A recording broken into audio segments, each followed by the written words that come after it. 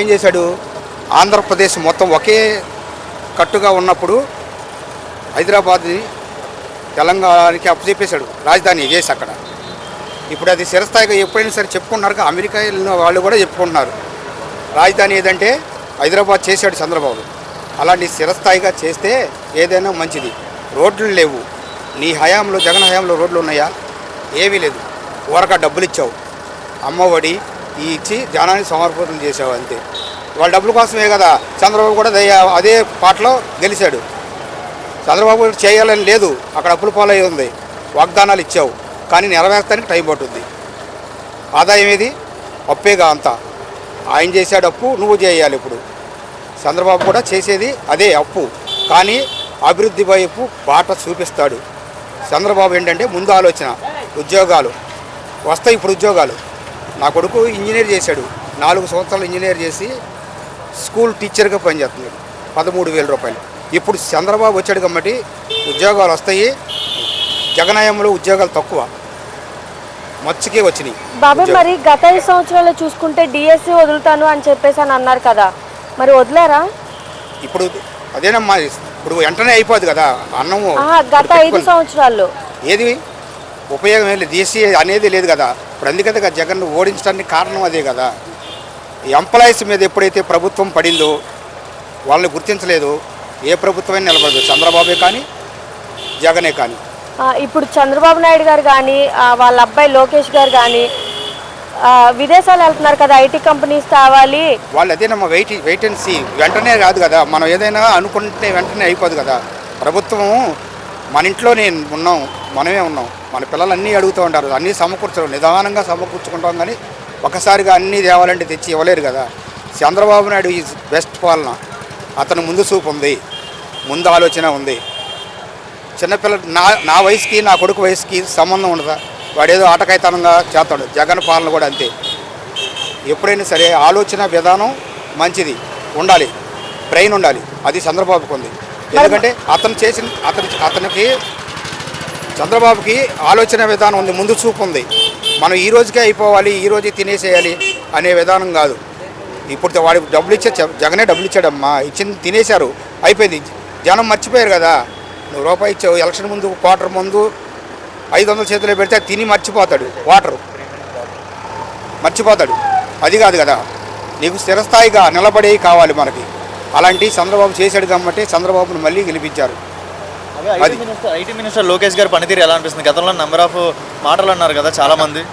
గతంలో తిట్టారు, అయ్యింది. ఇప్పుడు అతనే నెంబర్ 1 చెప్పి గెలిపించారు కదా. అతను దాన్ని నిలబెట్టుకుంటాడు. లోకేష్ అనేవాడు నిలబెట్టుకుంటాడు. ప్లీజ్ పవన్ కూడా అతను ఏం చేయాలనేది నిస్వార్థపరుడు. పవన్ కళ్యాణ్ వాడి జేబులో, సొంత జేబులో డబ్బులు నేను తీసుకుని నీకు ఏదన్నా పెట్టిస్తానా? వాడు సొంత జేబులో డబ్బులు ఖర్చు పెడుతున్నాడు. పవన్ కళ్యాణ్ నెక్స్ట్ ముఖ్యమంత్రి పవన్ కళ్యాణ్. ఒక మాటలు ఈ ప్రభుత్వం గురించి ఏం చెప్తారు? ఈ ప్రభుత్వం బెస్ట్ పాలనమ్మా. చంద్రబాబు ఉంటే బెస్ట్ పాలన మాత్రం బెస్ట్. ఓకే. మీ పేరేంటమ్మా? మాలతి. అమ్మా, మరి చంద్రబాబు నాయుడు గారి పరిపాలన ఎలా ఉందమ్మా, మీకు ఎలా అనిపిస్తుంది? బాగుంది. అవునా? అంటే ఏం చేశారు ఈ 6 నెలల్లో? మనకి ఏమైనా అందినాయా? ప్రజలకు ఏమైనా చేశారంటే ఏమైనా కనిపించిందా అంటే ఏం చెప్తారు? అంటే అభివృద్ధి కానీ మనకి రోడ్లు కానీ ఏమైనా వేస్తున్నారా? రోడ్లు రిపేర్ చేస్తున్నారు.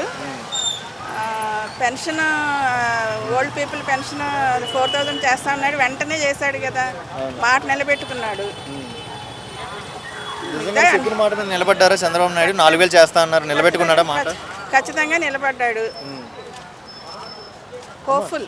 అదేవిధంగా చంద్రబాబు నాయుడు గారు అమరావతి మంచిగా చేసి మీ చేతుల్లో పెడతా అన్నారు కదా, ప్రజల చేతుల్లో. నిజంగా అమరావతి మంచి అభివృద్ధి జరిగిద్దని, త్వరగా జరిగిద్దని నమ్మకం ఉంది? ఆయన వచ్చాడంటే అమరావతి ఖచ్చితంగా చేస్తాడు. ఆయనే కదా మరి అమరావతి సెలెక్ట్ చేస్తుంది. మరి మన చిన్నప్పటి నుంచి కానీ ఇప్పటి నుంచి కానీ పిల్లలు, మనం చదువుకున్న పిల్లలు వేరే రాష్ట్రానికి వెళ్ళిపోతున్నారు ఉద్యోగాలు చేయడానికి. మన కాలం ముందే పేరెంట్స్ ముందే చదువుకునే ఫెసిలిటీస్ తీసుకొస్తామని అన్నట్టుగా చాలామంది అన్నారు కదా. నిజంగా పిల్లలు రాబోయే రోజుల్లో మన స్టేట్లో ఉంటారు, వేరే స్టేట్కి వెళ్ళిపోతారు. అవకాశాలు ఉంటే ఎందుకు వెళ్తారు? ఇక్కడ అవకాశాలు లేకనే కదా వెళ్ళేది. అవకాశాలు దొరుకుతాయనే అనుకుంటున్నాను నేను. ఆ ఉద్యోగ అవకాశాలే కల్పించాలి అని లోకేష్ గారు అంటున్నారు కదా. అవును, లక్షల్లోనే కల్పిస్తామంటున్నారు కదా. బాగా జరుగుతుంది అనుకుంటున్నాను నేను. అంటే పిల్లలు తల్లిదండ్రులకి దగ్గరగా ఉంటే చాలా బాగుంటుంది, బాగుంటుంది, అందరికీ బాగుంటుంది. ఎందుకంటే వేరే దగ్గరికి వెళ్ళారనుకోండి, ఇటు పేరెంట్స్ ఏమైపోతుందా ఎలా ఉన్నారా అని టెన్షన్ పడతా ఉంటారు. టెన్షన్ పడే వాళ్ళు పడతారు, పడని వాళ్ళు పడర్లేండి. ఏమైనా కానీ అందరు కలిసి ఉంటే బాగుంటుంది. ఓకే, మంచి ఆలోచన అంటారా? అది ఇతర దేశాలకి ఇటు వెళ్ళకూడదు అని చెప్పి ఆలోచించారు కదా. వెళ్ళకూడదు అని రూల్ ఏం లేదు కదండి, వెళ్ళొచ్చు. ఎక్కడ అవకాశం ఉంటే అక్కడికి వెళ్తారు, చేసుకుంటారు. ఎక్కడ బెటర్ ఆపర్చునిటీస్ ఉంటే అక్కడికి వెళ్తారు, తప్పేం లేదు. ప్రీవియస్లో లోకేష్ గారిని ఎలా పడితే అలా తిట్టారు కదా, ఇప్పుడు ఆయన పనితీరు చూస్తే మీకు ఎలా అనిపిస్తుంది? ఆయన వే ఆఫ్ టాకింగ్ కానీ ఆయన మీటింగ్స్ కానీ చాలా అసహ్యకరంగా మాట్లాడారు, దానికి తగిన ఫలితం దక్కింది. గత ప్రభుత్వం మీద ఒక మాటలో చెప్పాలంటే ఏం చెప్తారు? గత 5 సంవత్సరాలు ఏం చూసారు, ఏం జరిగింది? గత ప్రభుత్వం మీద మీ ఉద్దేశం ఏంటి? రౌడీజం జరిగింది, ఇప్పుడు ప్రజాపాలన వచ్చింది అనుకుంటున్నాను. కూటమి ప్రభుత్వం అసెంబ్లీలో ప్రశ్నించింది కదా, పాస్బుక్ల మీద ఫోటోలు వేయించుకోవడమే గత ప్రభుత్వం కొన్ని కోట్లు ఖర్చు పెట్టింది అంటున్నారు. లైక్ అంటే నెంబర్ ఆఫ్ ఏ పని జరగదు కదండి. ఓకే, అంటే గత ప్రభుత్వంలో ఖర్చు అనేది ఎక్కువ చూపించేశారు, ఖర్చులు ఎక్కువ. మరి ఈ ప్రభుత్వం కూడా అలాంటి ఏమైనా చూపిస్తుంటారు? లేదు కదా, అలాంటి పనికిమాలిన పనులు ఏం చేయట్లేదుగా, ఇప్పటి వరకు అయితే ఏం చేయలేదు.